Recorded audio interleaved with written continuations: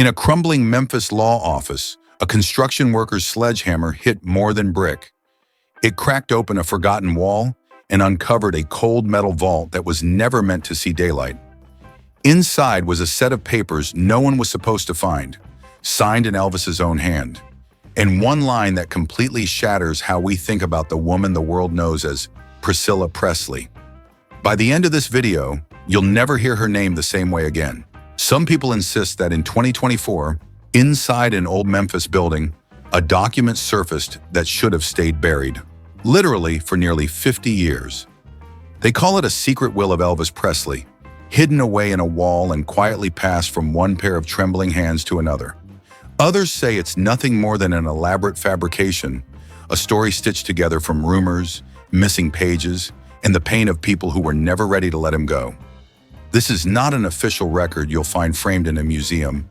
This is a contested, controversial account that forces us to look at the man behind the legend in a way most fans never have. Because whether you believe every detail or not, the story that unfolds from this will doesn't just deal with money and property. It dives into the deepest fears Elvis allegedly had about the people closest to him. If you stay with me, we're going to walk through what this document claims to contain, the names that are rewarded, the ones that are quietly pushed aside, and the choices that don't line up with the version of his estate we were all told to accept. We'll look at how this supposed will clashes with the official story, how it flips certain assumptions upside down, and why it has sparked so many heated arguments among insiders, fans, and researchers who swear something never added up. And then, only after we've pulled apart those layers, we'll finally get to the part that has everyone whispering. The part that touches the one person who has remained at the center of his story for decades. What this document suggests about Priscilla's true place in his life and legacy is not something we're revealing yet, because to understand the impact, you first have to see the dangerous game Elvis believed he was trapped in, and who he feared might be holding the winning hand. On March 15, 2024, an ordinary renovation job at an aging Memphis law firm turned into something no contractor could have prepared for. The building had that tired, yellowed look, peeling paint, sagging ceiling tiles, stale air that smelled like paper and dust. A construction worker swung his sledgehammer through what should have been just another interior wall. And instead of hollow drywall, the metal head rang out with a sharp, heavy clang. Behind the broken plaster, his flashlight caught the dull gray edge of steel. This wasn't a pipe, it was a door. When they cleared away the rubble, the shape became impossible to ignore. A compact, high-end safe from the 1970s. The kind that doesn't just end up inside a wall by accident. It had been neatly framed in by studs and drywall, as if the building itself had been rebuilt to hide it. There was no mention of it in the property files, no history in the renovation plans. On paper, this safe didn't exist.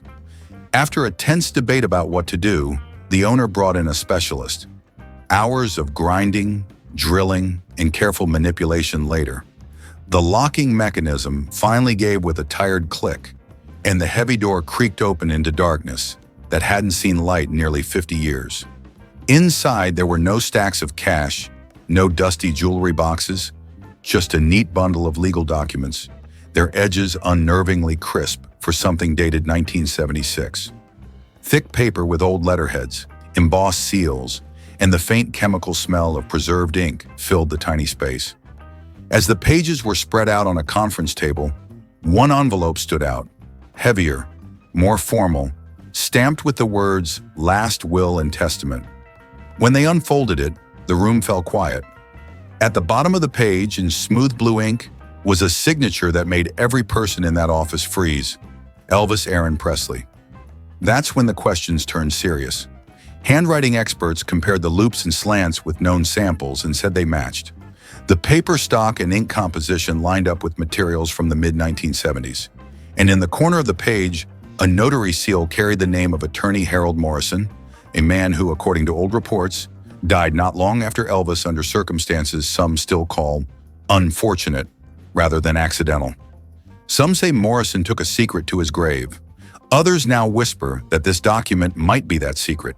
If this document is real, whose future did Elvis try to rewrite? And who worked so hard to bury it? On stage, Elvis was still the king, bathed in blinding spotlights, drenched in sweat, and wrapped in the roar of thousands of voices calling his name. Night after night, he flashed that crooked grin, tossed scarves into the crowd, and made it look like the world belonged to him. From the outside, it seemed like nothing had changed. The sold-out shows, the luxury cars, the entourage, the jet. But behind the curtain, out of sight of the screaming fans, there was a very different Elvis. A man staring at stacks of confusing paperwork, listening to explanations that never quite added up, and feeling a knot in his stomach that no applause could loosen. In those quiet moments at Graceland and in tucked-away hotel rooms, he started to see patterns he didn't like. Financial reports arrived that were so tangled and vague they might as well have been written in another language. Fees appeared that no one could clearly explain. Contracts were signed in his name that he barely remembered hearing about. And investments were made that seemed to benefit everyone but him. The more he asked questions, the more he felt like he was being talked down to, reassured, or brushed aside. It was as if the people who were supposed to protect him had started to treat him less like a client and more like a brand to be managed, a golden ticket they were determined to keep punching. That's where Harold Morrison comes in. He wasn't a flashy Hollywood lawyer or one of the usual faces hanging around backstage. Harold was a low-profile estate attorney in Memphis, the kind of man who preferred a quiet office to the spotlight, known for one thing above all, his discretion. Elvis didn't meet him at Graceland with the usual crowd watching, and he didn't invite him to parties. Instead, Morrison would slip into side entrances, meet Elvis in out-of-the-way offices, or sit with him in parked cars late at night where no cameras and no curious eyes could see. These weren't casual chats. They were hushed, focused conversations where Elvis laid out the same questions over and over again. Where is my money really going? Who's signing what? And who is all of this really for? The more they talked, the more Morrison's role shifted from simple lawyer to something closer to a confidant. Elvis wasn't some paranoid, fading star chasing ghosts in his own mind. He was a sharp man who suddenly realized that the people around him might be playing a deeper game. He felt handled instead of helped, managed instead of respected. And as Morrison listened, took notes, and quietly dug through the numbers, a new possibility began to form between them. If Elvis couldn't completely trust the world that had been built around him, then he needed something they couldn't see, couldn't touch, and couldn't control. That's when the idea of a separate, secret plan, kept far away from the usual players, stopped sounding dramatic and started sounding like the only thing that truly made sense.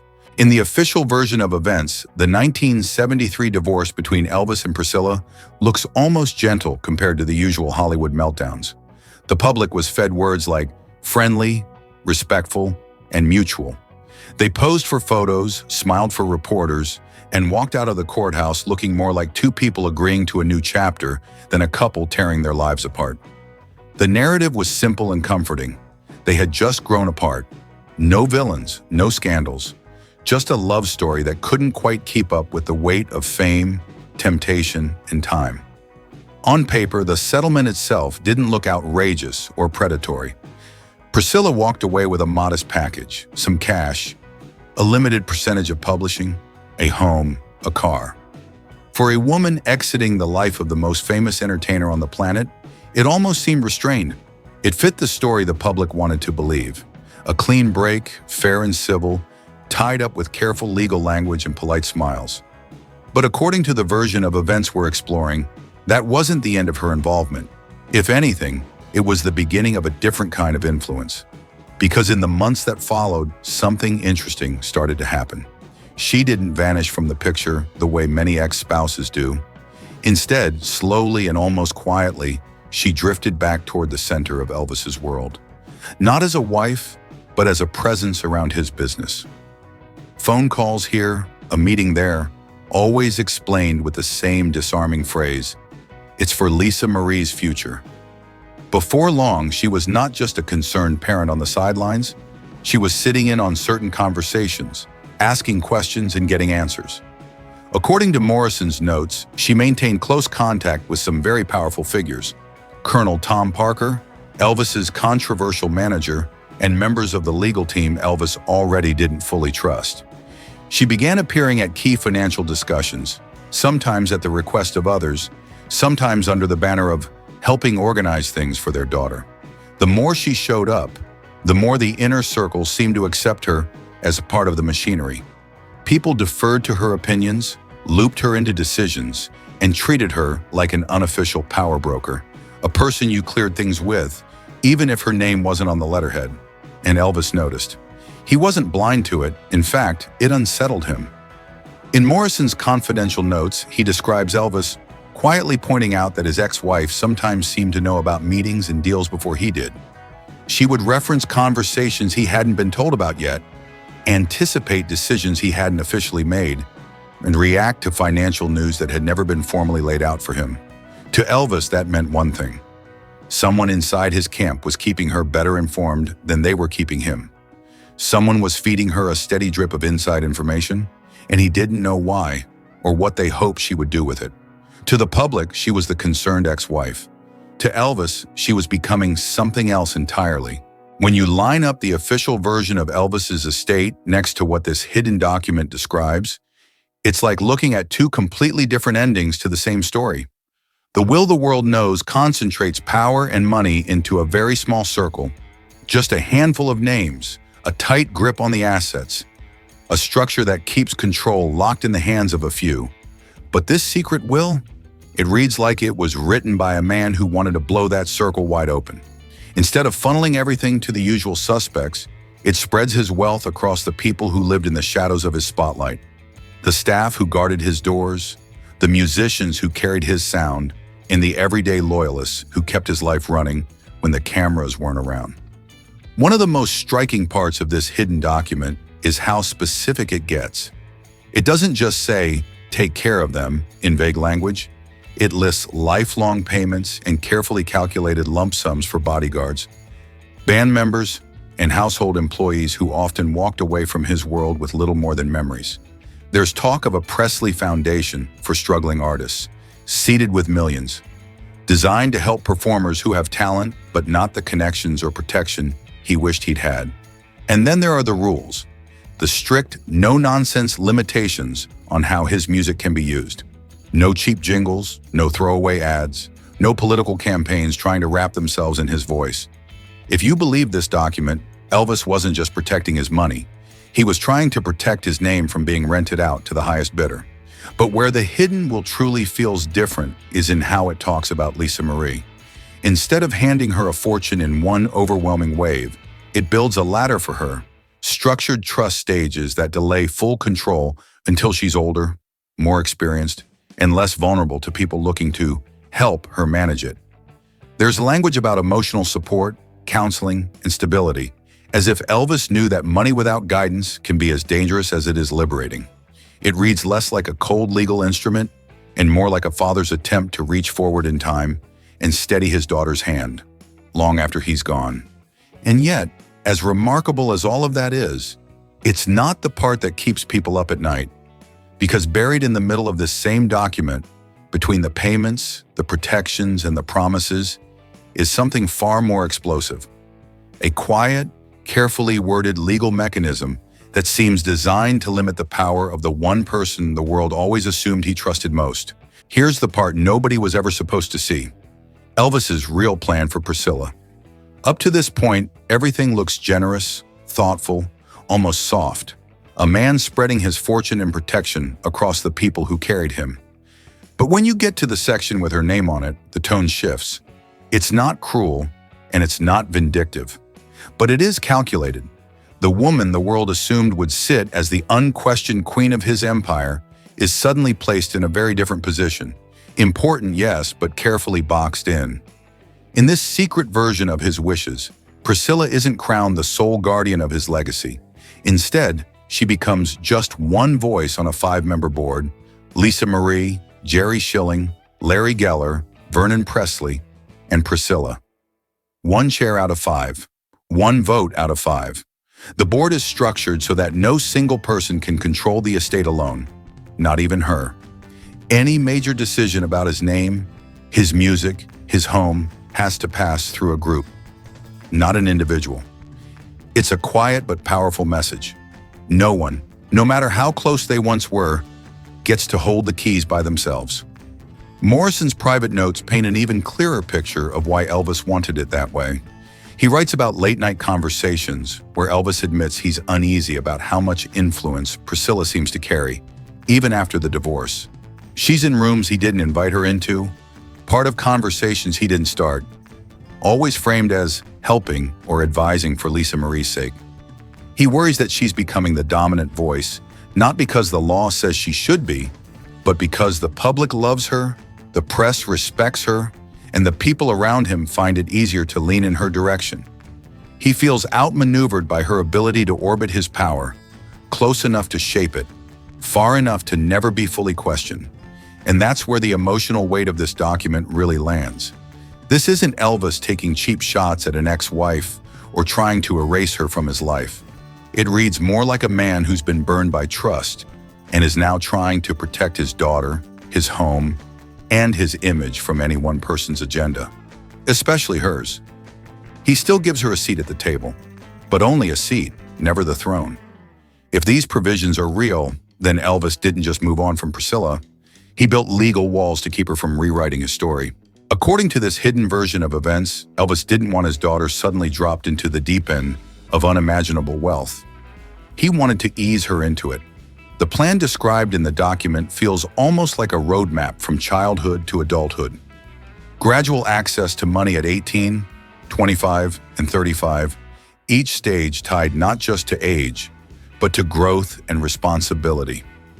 There are references to dedicated funds for counseling and recovery, as if he already knew the emotional storms that might come with being his child.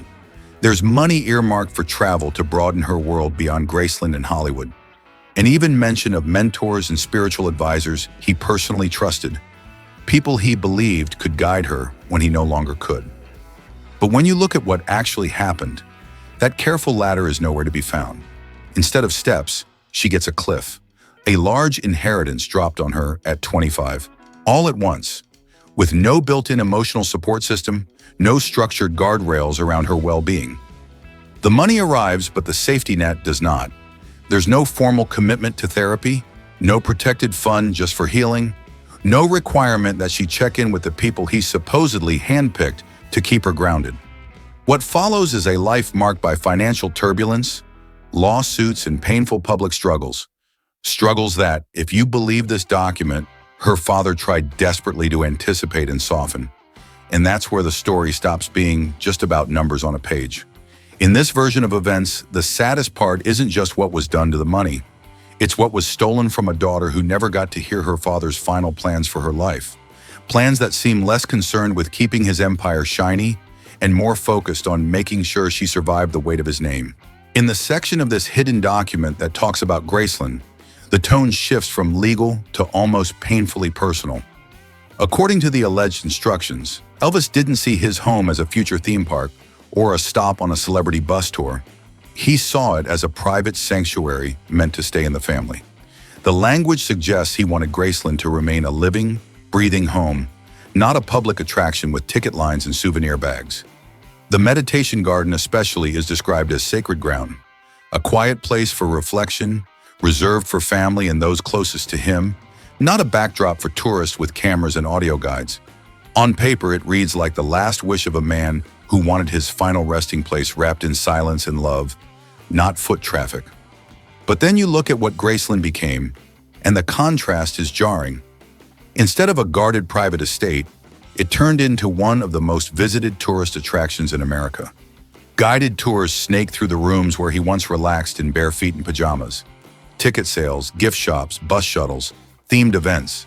Millions of people walking through the spaces he kept most intimate, peering into his life as if it were a museum exhibit instead of a home. Even the meditation garden, once envisioned as a secluded sanctuary, became part of the route, a place where strangers pass by his grave, pause for photos, and then move on to the next stop on their checklist. And at the center of that transformation stands a familiar face. Over the years, Priscilla became the public voice and symbol of Graceland's rise as a commercial empire. The smiling presence in interviews, the reassuring figure presenting it as a way to keep his memory alive. But if this secret will is accurate, that transformation isn't just a business decision, it's a direct rejection of what he claimed he wanted in writing. That's what makes this part of the story so haunting. The house he imagined filled with Lisa Marie's children's laughter became a museum where strangers walk past his grave. Just when you think this hidden document has revealed all its surprises, there's one last twist buried near the end. A clause so strange and specific that people have started calling it the resurrection clause. It's written like a built-in time bomb, designed to go off only if the will is hidden, ignored, or suppressed for decades. In simple terms, if anyone intentionally keeps this document from being honored for a long enough period of time, everything changes the moment it finally comes to light. Anyone who profited from pushing it into the dark is suddenly on the hook, facing not just repayment, but triple damages and total public exposure. The way it's structured, this clause doesn't just wag a legal finger, it threatens to tear the whole machine apart. If activated, it would freeze key estate assets, force a re-examination of old contracts and deals, and potentially dismantle the power structures that have grown comfortably in place over the last 40-plus years. Money that was diverted, redirected, or leveraged in ways this document never allowed could be clawed back. And the proceeds? According to the language in the story, they wouldn't just drift into another pile of legal fees. They'd be rerouted toward the very things this will emphasizes from the beginning: the foundation, the staff, the musicians, and the loved ones Elvis wanted protected from the start. And that's what makes this final twist feel less like dry legalese and more like a message from beyond the grave. It's as if Elvis knew betrayal was coming, knew that somewhere down the line his wishes might be twisted, softened, or flat out ignored. And so he set up one last encore to make sure the truth eventually took center stage. When you step back from all of this, the hidden safe, the disputed signatures, the strange clauses, and uneasy conversations, you can look at it a few different ways. Maybe you see it as a shocking piece of hidden history that finally explains why so much around Elvis never quite made sense. Maybe to you, it's just a powerful what if, a story that reveals more about our fears and hopes than about legal documents in a wall. Or maybe you file it under conspiracy and nothing more. But no matter where you land, one thing becomes hard to ignore. This picture of Elvis is very different from the naive, out-of-touch figure people like to imagine. Here he comes across as far more aware and far more protective of the people he loved and the legacy he was leaving behind than the world ever gave him credit for. Now, I want to hear from you. Do you think a secret will like this could really exist? Or is it just the ultimate fan theory that fits too perfectly into the cracks of his story? Tell me in the comments what you believe Elvis truly wanted for Priscilla, for Lisa Marie, and for Graceland. Was he trying to guard his empire from the people closest to him, or simply trying to make sure they weren't crushed under the weight of his name? Your take might be completely different from mine, and that's exactly what makes this conversation so important. If stories like this fascinate you, those hidden chapters, disputed documents, and quiet decisions that can change everything, make sure you hit subscribe, turn on notifications, and share this video with someone who thinks they already know the full Elvis story. Because whether this is lost truth, clever cover-up, or something in between, this version just might leave them speechless.